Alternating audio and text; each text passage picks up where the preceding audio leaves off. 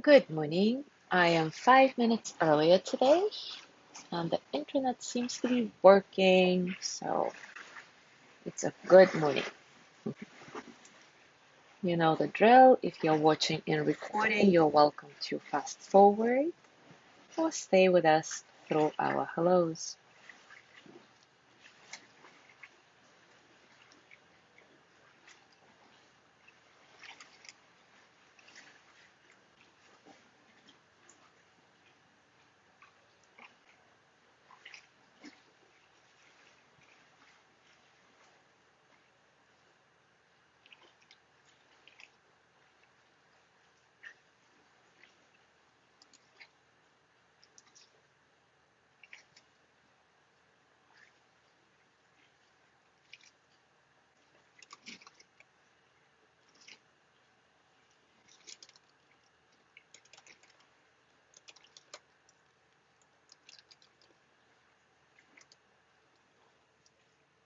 Good morning, Ari.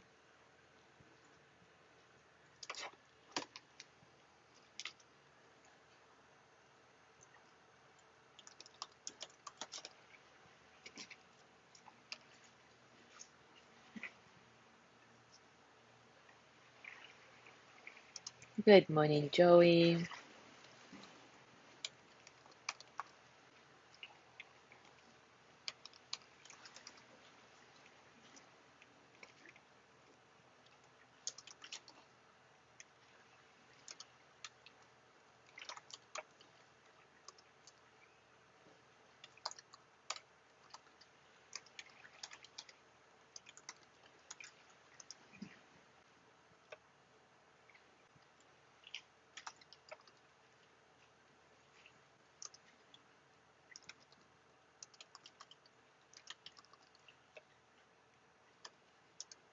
Good morning, John.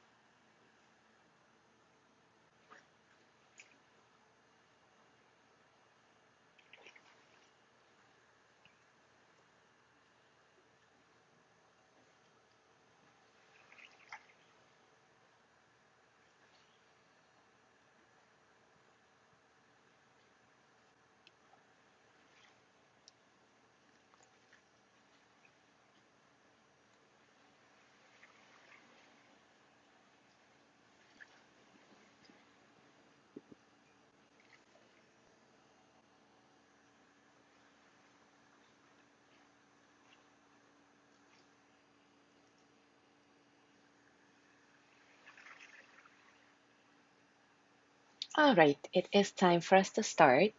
And today we will continue with the formal practice of equanimity that we started yesterday.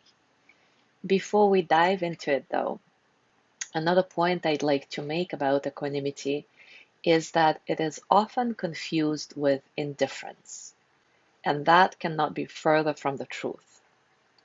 Equanimity is what's called a state of dispassion, a state in which we are fully engaged with things the way they are, without this constant push and pull of aversion and attachment. So there is no passion in it, but not in a negative connotation. Indifference, on the other hand, may also look like a state of dispassion at a first glance, but it is really not the same because indifference is kind of a sullen withdrawal, which is a subtle aversion. And there is absolutely no aversion at all in the calm certainness, security of equanimity. Equanimity is a state of great honor because with it, we don't move into a situation with any kind of hidden agenda. There is no manipulation or covert action. There is the sense of sufficiency. When we can accept a moment or experience exactly as it actually is, out of this resulting sense of stillness, poise, and sufficiency, true love, true loving kindness can actually emerge. Equanimity helps us distinguish guilt from remorse, compassion from aversion. Equanimity endows loving kindness, compassion, and sympathetic joy with their sense of patience, that ability to be constant and to endure, even if the love, sympathy, or rejoicing is unreturned, even through all the ups and downs. So, thanks to the gift of equanimity, we can actually develop the courage to stay open to suffering. We can face pain again and again without being overcome by sorrow and misery, without becoming so embittered by them that we have to strike out at them and push them away. So equanimity helps us stay in the moment and be okay with the moment, whether the moment is pleasant, unpleasant, or neutral. And that's the basic quality of it. So let's explore this together, again, through a formal practice of equanimity. We did it yesterday, and we'll go a little bit further today. I'll remind you that there is a traditional phrase of equanimity mantra that goes like this: all beings are the owners of their karma. Their happiness or unhappiness depend upon their actions, not upon my wishes for them. But of course, if you're not comfortable using these words, or if you're not comfortable with the word karma or whatever, obviously you don't have to use it. You can change your phrase however you want. And some possibilities are, may we all accept things as they are. May we be undisturbed by the comings and goings of events. I care for you, but I recognize that I cannot keep you from suffering. I wish you happiness, but I cannot make your choices for you. So throughout the practice, I'm going to remind you of the traditional phrase and these phrases, and please know that you can just design your own, as always, whatever resonates for you. Take a comfortable position, and as always, start by taking a few moments to acknowledge all the circumstances of your practice, both internal and external.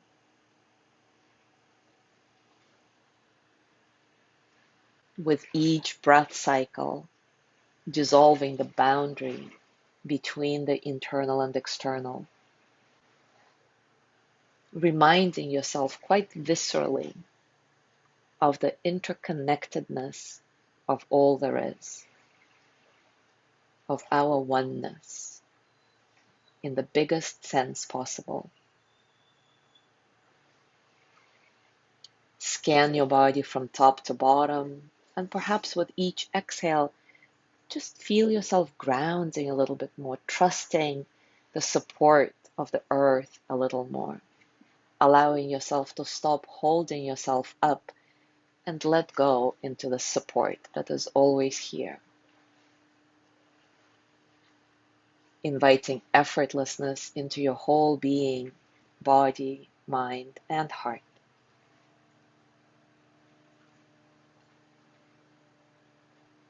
We're going to start generating equanimity towards a neutral person because this person is supposedly the easiest to be feeling equanimity towards. They don't really affect our life in one way or another. So hold a sense of this neutral person in your mind and start reciting your equanimity phrase. Again, I'll remind you the traditional one. All beings are the owners of their karma.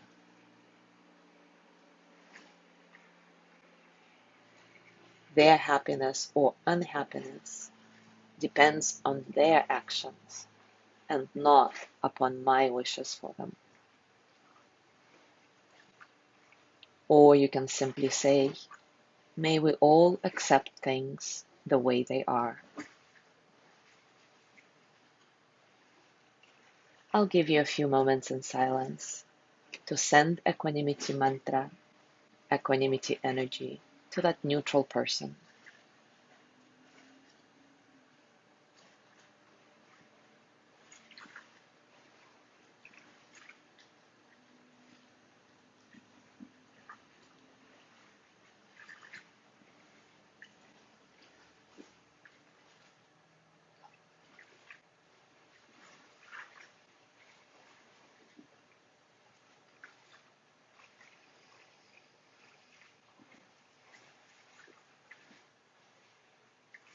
Now let that go with a nice inhale and exhale.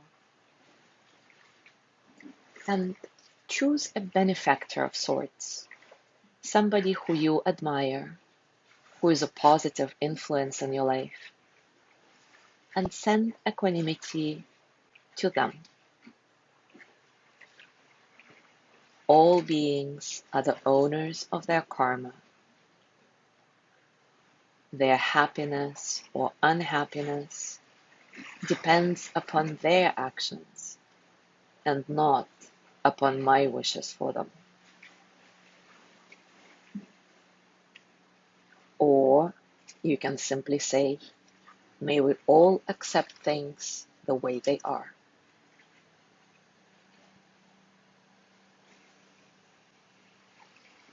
Again, a few moments in silence so that you can experience that in your heart, in your body, in your mind.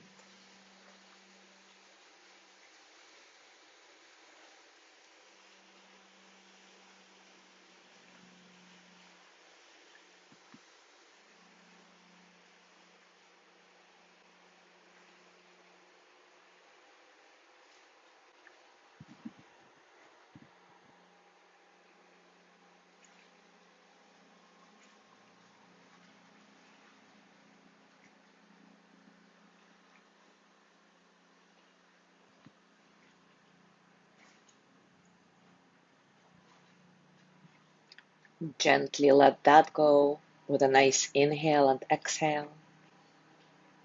And now choose a good friend who is suffering in some way, physically, emotionally, mentally, and start sending equanimity energy to them.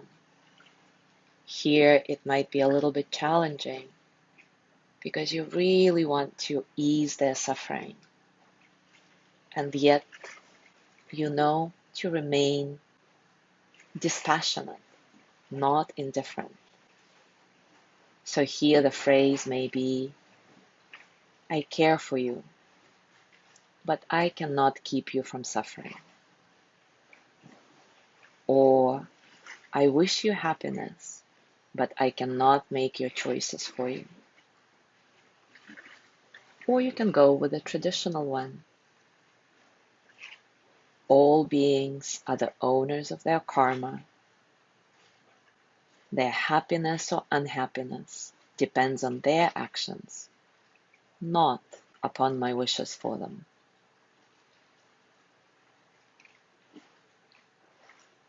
As you continue reciting your phrase, notice what happens in your body, in your mind, in your heart. Notice maybe you are moving from the state of equanimity, this dispassion that is loving and compassionate, into a state of attachment, really wanting things to be different. And see if you can maintain this balance.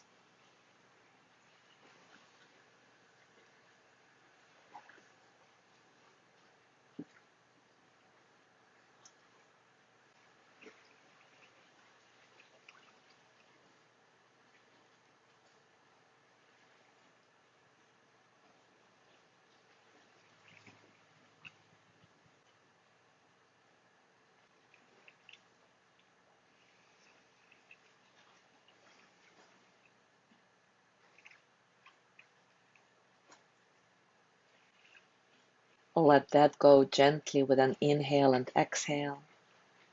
And now choose somebody who is a challenge in your life, somebody who triggers you in some way. Start sending equanimity mantra and energy to them.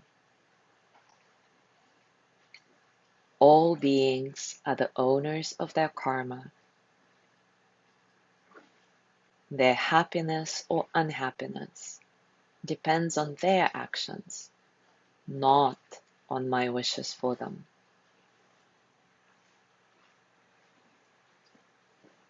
Or may we all accept things as they are.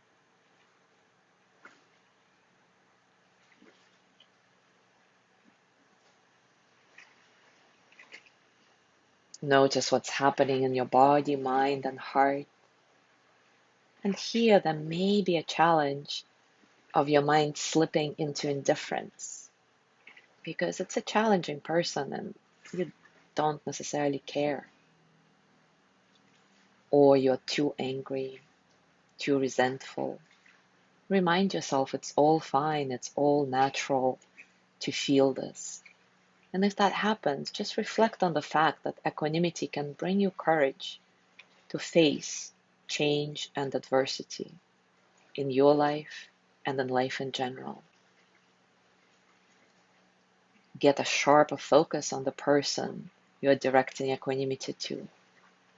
Reflect on the immensity of change and how much things are outside of our control. And then go back to repeating your equanimity phrase.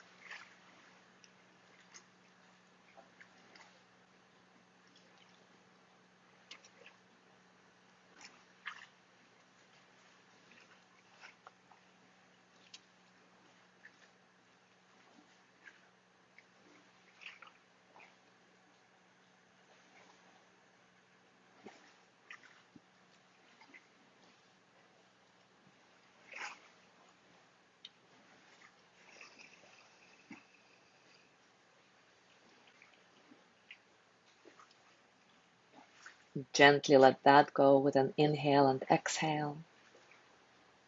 And start sending equanimity to yourself, which of course can present yet another challenge.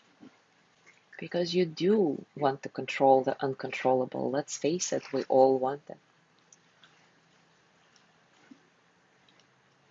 So perhaps the phrase here is, may I accept things the way they are.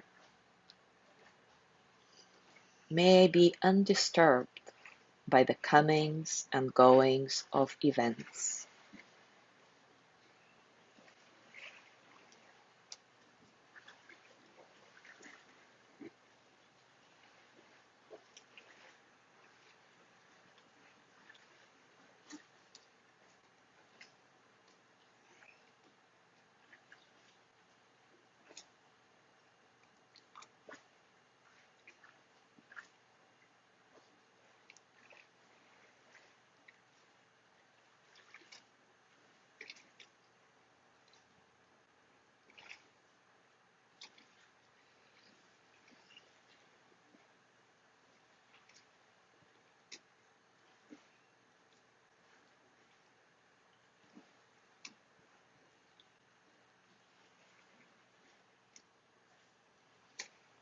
Let that go with an inhale and exhale.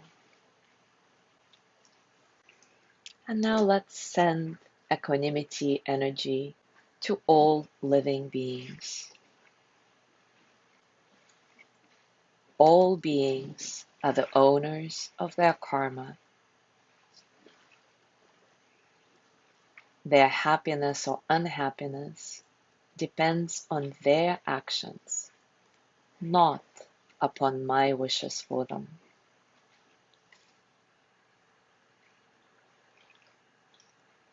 May we all accept things as they are.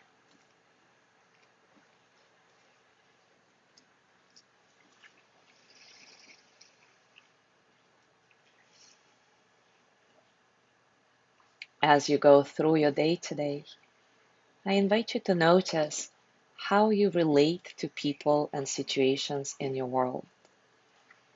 Is there equanimity, this balance of non-reactivity, dispassion that is not to be confused with indifference? Or are you getting stuck in your knee-jerk reactions of wanting to control the uncontrollable, wanting to manage people, manipulate situations? Be open and honest about what you discover. Remember, your willingness to practice equanimity and other boundless mind states like loving kindness, compassion, and sympathetic joy. This is what truly matters. Everything else will follow. Simply pay attention to how you relate to the world around you in your daily life, and eventually something will shift. It's inevitable. Thank you so much for being here. Have a beautiful day. I will see you tomorrow.